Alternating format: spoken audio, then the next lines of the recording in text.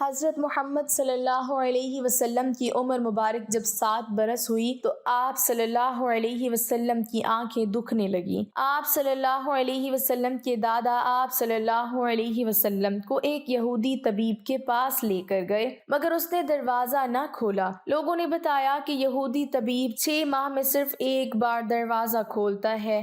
آپ صلی اللہ علیہ وسلم کے دادا پریشان کھڑے تھے کہ اچانک زمین لرزنے لگی اور بسم اللہ الرحمن الرحیم۔ عبید اللہ بن عبداللہ بن عتبہ سے روایت ہے، وہ بیان کرتے ہیں کہ میں عائشہ رضی اللہ تعالی عنہ کی خدمت میں حاضر ہوا اور کہا کیا آپ ہمیں رسول اللہ صلی اللہ علیہ وسلم کی بیماری کی حالت نہیں بتائیں گی؟ انہوں نے فرمایا ہاں ضرور، سن لو۔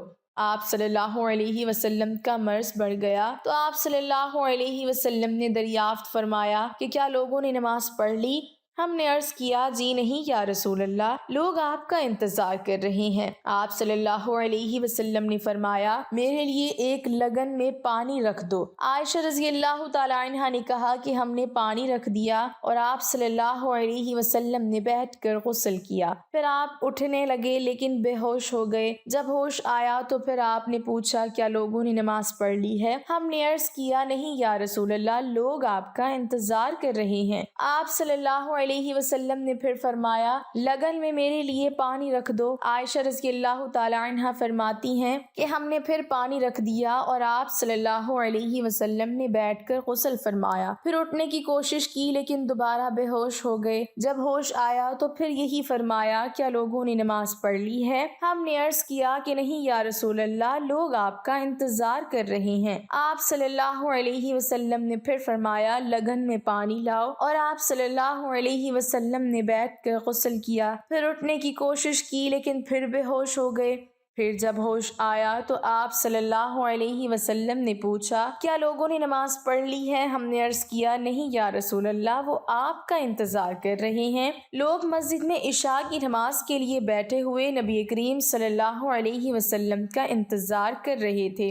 آخر آپ صلی اللہ علیہ وسلم نے ابوبکر رضی اللہ تعالی عنہ کے پاس آدمی بھیجا اور حکم فرمایا کہ وہ نماز پڑھا دیں۔ بھیجے ہوئے شخص نے آ کر کہا کہ رسول اللہ صلی اللہ علیہ وسلم نے آپ کو نماز پڑھانے کا حکم دیا ہے۔ حضرت ابوبکر رضی اللہ تعالی عنہ بڑے نرم دل انسان تھے۔ انہوں نے عمر رضی اللہ تعالی عنہ سے کہا کہ تم نماز پڑھاؤ، لیکن عمر رضی اللہ تعالی عنہ نے جواب دیا کہ آپ اس کے زیادہ حقدار ہیں۔ آخر بیماری کے دنوں میں حضرت ابوبکر رضی اللہ تعالی عنہ نماز پڑھاتے رہے۔ پھر جب نبی کریم صلی اللہ علیہ وسلم کو مزاج کچھ ہلکا معلوم ہوا تو 2 مردوں کا سہارا لے کر، جن میں ایک عباس رضی اللہ تعالی عنہ تھے، ظہر کی نماز کے لیے گھر سے باہر تشریف لائے۔ اس وقت ابوبکر رضی اللہ تعالی عنہ نماز پڑھا رہے تھے۔ جب انہوں نے نبی کریم صلی اللہ علیہ وسلم کو دیکھا تو پیچھے ہٹنا چاہا، لیکن نبی کریم صلی اللہ علیہ وسلم نے اشارے سے انہیں روکا کہ پیچھے نہ ہٹو۔ پھر آپ نے ان دونوں مردوں سے فرمایا کہ مجھے ابوبکر کے بازو میں بٹھا دو۔ چنانچہ دونوں نے آپ کو ابوبکر رضی اللہ تعالی عنہ کے بازو میں بٹھا دیا۔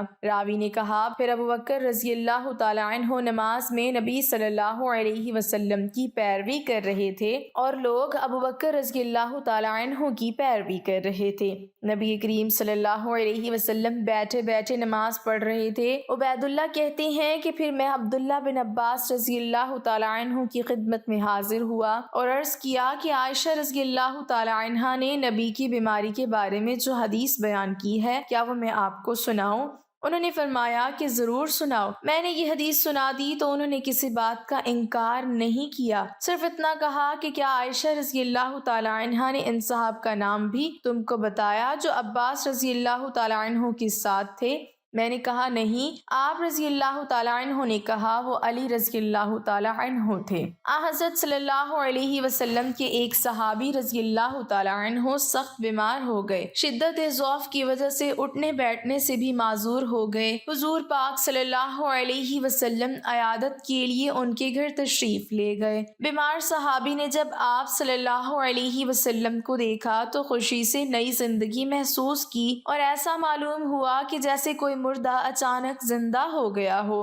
زہی نصیب، اس بیماری نے تو مجھے خوش نصیب کر دیا جس کی بدولت میرے غریب خانے کو شاہ دو عالم صلی اللہ علیہ وسلم کے پائے اقدس چومنے کی سعادت حاصل ہوئی۔ اس صحابی نے کہا، اے میری بیماری اور بخار اور رنج و غم اور اے درد اور بیداری شب، تجھے مبارک ہو بسبب تمہارے اس وقت نبی پاک صلی اللہ علیہ وسلم میری عیادت کو میرے پاس تشریف لائے۔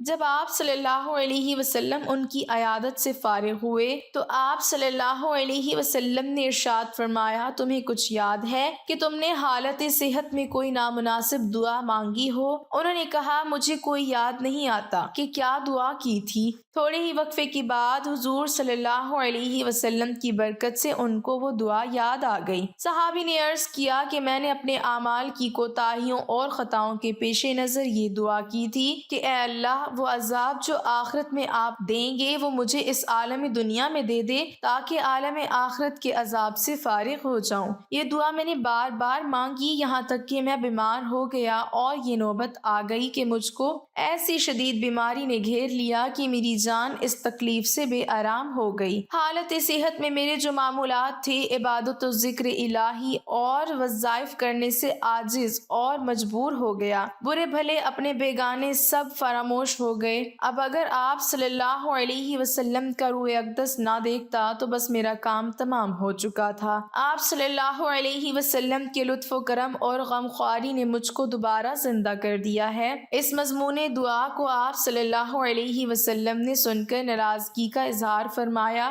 اور منع فرمایا کہ آئندہ ایسی نامناسب دعا مت کرنا۔ یہ آداب بندگی کے خلاف ہے کہ انسان اپنے مولا سے بلا و عذاب طلب کرے۔ انسان تو ایک کمزور چونٹی کی مانند ہے، اس میں یہ طاقت کہاں کہ آزمائش کا اتنا پہاڑ اٹھا سکے۔ صحابی نے عرض کی، اے شاہد عالم صلی اللہ علیہ وسلم، میری 1000 بار توبہ کہ آئندہ کبھی ایسی بات زبان پر نہ لاؤں۔ حضور صلی اللہ علیہ وسلم، میرے ماں باپ آپ صلی اللہ علیہ وسلم پر قربان، اب آئندہ کے لیے میری رہنمائی فرمائیں۔ آپ صلی اللہ علیہ وسلم نے اس کو نصیحت فرمائی، اے اللہ، دنیا میں بھی ہمیں بھلائیاں عطا فرما اور آخرت میں بھی ہم کو بھلائیاں عطا فرما۔ خدا تمہاری مصیبت کے کانٹوں کا گلشن راحت میں تبدیل کر دے، آمین۔ حضرت امام حسن رضی اللہ تعالیٰ عنہ حضور نبی کریم صلی اللہ علیہ وسلم کے اخلاق بیان فرماتے ہوئے روایت فرماتے ہیں، کریم آقا صلی اللہ علیہ وسلم اپنی ذات میں اور حسن و جمال میں بہت عظیم تھے اور دیکھنے والوں کے لیے معظم تھے۔ آپ کا چہرہ مبارک 14ویں کی چاند کی طرح چمکتا تھا۔ آپ کا قد مبارک میانہ تھا اور میانہ سے کچھ نکلا ہوا تھا، اور شان یہ تھی جب چلتے تھے تو بڑے قد والوں سے بھی بڑا لگتا تھا، جب بال جوڑتے تو کنگھے کیے بغیر مانگ نکل آتی، پیشانی مبارک سے چمک نکلتی تھی، رخسار مبارک نہایت خوبصورت تھے، دندان مبارک باریک تھے اور موتیوں کی طرح چمکدار تھے، اگر گردن نظر آتی تو چاندی کی طرح چمکتی تھی، جسم فٹ تھا، مطلب پتلے بھی نہ تھے اور موٹے بھی نہ تھے، آپ کا جسم مبارک روشن تھا، بازو مبارک پر بال زیادہ نہ تھے، انگلیاں لمبی تھیں، جب چلتے تھے تو قدم مبارک ایسے اٹھتے تو ایسے لگتا اونچائی سے اتر رہے ہیں، جب کسی سے ملتے تو جس طرف وہ شخص ہوتا اس کی طرف مکمل مڑ جاتے، ڈاس کو دیکھتے تو سیدھا ہو کر دیکھتے تھے، جب چلتے تو صحابہ کو آگے چلنے کی ترغیب فرماتے، جس سے بھی ملتے سلام کرنے میں ابتدا فرماتے، آپ کا کلام مختصر اور آسانی سے سمجھ آنے والا ہوتا،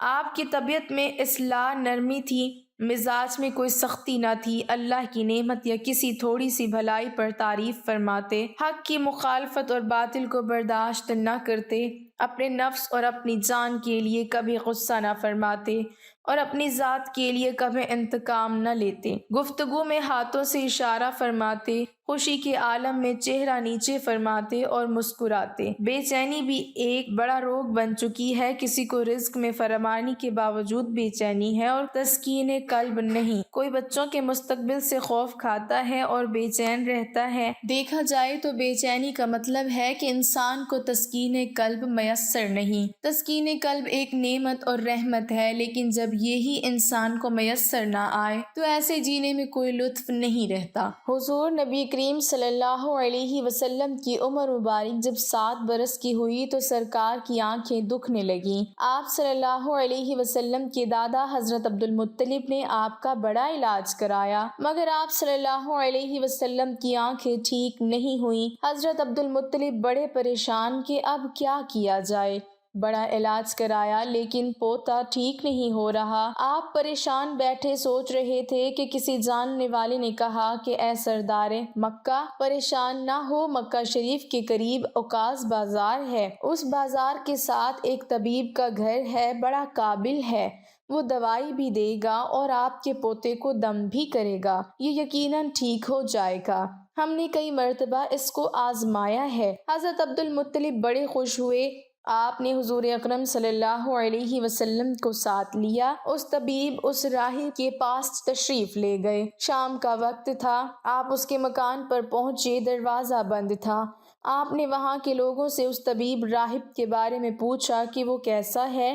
لوگوں نے بڑی تعریف کی کہ راہب صاحب کے ہاتھ میں بڑی شفا ہے، جو مریض بھی آئے یہ دوا بھی دیتے ہیں، دم بھی کرتے ہیں، اللہ تعالیٰ کرم کرتا ہے، بیمار ٹھیک ہو جاتا ہے۔ فرمایا اب وہ کہاں ہے؟ لوگوں نے کہا حضور تو گھر پہ ہیں، پر اب دروازہ نہیں کھلے گا۔ فرمایا کیوں؟ لوگوں نے کہا سرکار یہ موجی بندہ ہے، دروازہ بند کر کے عبادت کرتا رہتا ہے، کئی دن تک دروازہ بند رہتا ہے، جب مرضی ہو دروازہ کھولتا ہے۔ فرمایا کوئی پتہ ہے اب دروازہ کب کھلے گا؟ لوگوں نے کہا اب تو یہ کھلنا مشکل ہے، کیونکہ آج ہی دروازہ بند ہوا ہے، اب 6 مہینے سال کے بعد ہی کھلے گا۔ حضرت عبد المطلب بڑے پریشان ہوئے کہ اب کیا ہوگا۔ اچانک راہب کے مکان میں زلزلہ آیا، دیواریں ہلنے لگیں، چھت لرزنے لگی۔ قریب تھا کہ اس طبیب، اس راہب کا مکان گر جاتا اور راہب مکان کے نیچے آ جاتا۔ وہ فوراً دروازہ کھول کر باہر نکل آیا۔ جب وہ باہر آیا تو اس نے حضرت عبد المطلب کو پہچان لیا کہ یہ مکہ کے سردار ہیں۔ راہب نے کہا کہ سرکار کیسے آنا ہوا؟ حضرت عبد المطلب نے فرمایا کہ میرا پوتا بیمار ہے، آنکھیں ٹھیک نہیں ہو رہی تھیں، سنا ہے آپ دوا بھی دیتے ہیں، دم بھی کرتے ہیں، مہربانی کرو کوئی دوائی دو اور دم بھی کرو تاکہ یہ ٹھیک ہو جائے۔ راہب نے جب سرکار مدینہ صلی اللہ علیہ وسلم کے چہرے انور کو دیکھا تو دیکھتا ہی رہ گیا، پھر کمرے میں گیا، غسل کیا، نئے کپڑے پہنے، خوشبو لگائی، پھر ایک آسمانی صحیفے کے چند اوراق اٹھا کر لایا، سرکار کے پاس آ کر دیکھنے لگا، کبھی اپنی کتاب دیکھتا، کبھی سرکار کا چہرہ والضحیٰ دیکھتا، کبھی کتاب دیکھتا، کبھی واللیل کی زلفوں کو دیکھتا، سارے اوراق بھی دیکھے، کملی والے کو سر سے لے کر پاؤں تک بھی دیکھا، پھر قدموں میں گر کر کہنے لگا اے محمد مصطفیٰ صلی اللہ علیہ وسلم، میں گواہی دیتا ہوں کہ آپ اللہ تعالیٰ کے آخری رسول ہیں، آپ کے بعد کوئی نبی نہیں آئے گا۔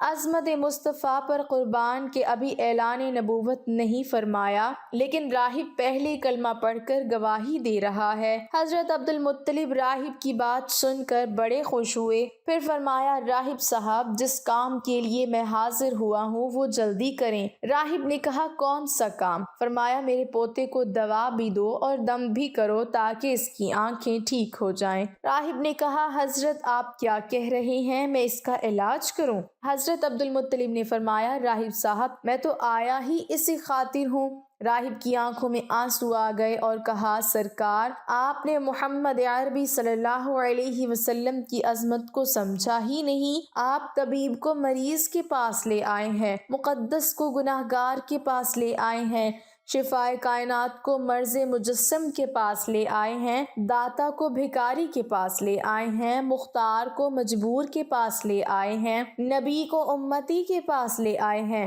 اے عبد المطلب میں اپنی عبادت خانے میں بیٹھا اللہ تعالیٰ کی عبادت کر رہا تھا کہ اچانک میرا سارا مکان لرزنے لگا، اگر میں باہر نہ آتا تو مکان کے نیچے آ کر مر جاتا۔ اے سردار مکہ تیرا یہ پوتا بڑی شان والا ہے، بڑی عظمت والا ہے، بڑے مقام والا ہے، دیکھ اس کے چہرے سے نور کے فوارے نکل رہے ہیں، کائنات کے یہودی اس کے دشمن ہے، اسی طرح لے کر اس کو نہ پھرا کرو، کہیں کوئی یہودی تکلیف نہ دے، جاؤ اس کو اپنے گھر لے جاؤ۔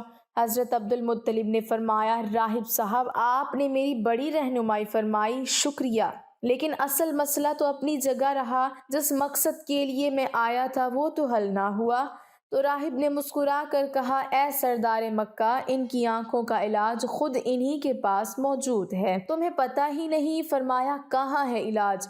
راہب نے کہا کہ سردار مکہ محمد عربی صلی اللہ علیہ وسلم کا لعاب شریف نکال کر ان کی آنکھوں میں لگاؤ، یہ بالکل ٹھیک ہو جائیں گے۔ حضرت عبد المطلب نے اسی وقت آپ صلی اللہ علیہ وسلم کے منہ مبارک سے لعاب نکال کر آپ کی آنکھوں میں لگایا، آپ کی آنکھیں اسی وقت ٹھیک ہو گئیں، جیسے دکھی ہی نہیں تھی۔ حضرت عبد المطلب بڑے حیران ہوئے، اس راہب کا شکریہ ادا کیا، چلنے لگے تو راہب نے کہا، حضور شکریہ تو آپ کا کہ آپ نے سرکار کائنات کی مجھے زیارت کرائی ہے۔ حضرت عبد المطلب نے فرمایا، راہب صاحب آپ کا دم بڑا مشہور ہے، سنا ہے کہ آپ جس کو دم کرتے ہیں وہ مریض اسی وقت ٹھیک ہو جاتا ہے، وہ دم کیا کرتے ہیں؟ وہ الفاظ کیا پڑھتے ہیں جن میں اللہ تعالیٰ نے اتنی تاثیر رکھ دی ہے؟ راہب مسکرا دیا اور کہا، حضور جب مریض میرے پاس آتا ہے تو میں اللہ تعالیٰ کی بارگاہ میں ہاتھ اٹھا کر کہتا ہوں، یا اللہ تجھے آخری نبی کی عظمت کی قسم، تجھے اس کے پیار کا واسطہ، اس کی محبوبیت کا واسطہ اس بیمار کو شفا دے دے۔ پھر میں مریض پر دم کرتا ہوں، اللہ تعالیٰ بیمار کو شفا دے دیتا ہے۔ اللہ پاک ہمیں بہتر عمل کرنے کی توفیق عطا فرمائے اور ہمارا خاتمہ ایمان پر فرمائے، آمین۔ ناظرین، کمنٹ باکس میں اللہ تعالیٰ کے 99 ناموں میں سے ایک نام ضرور ٹائپ کریں۔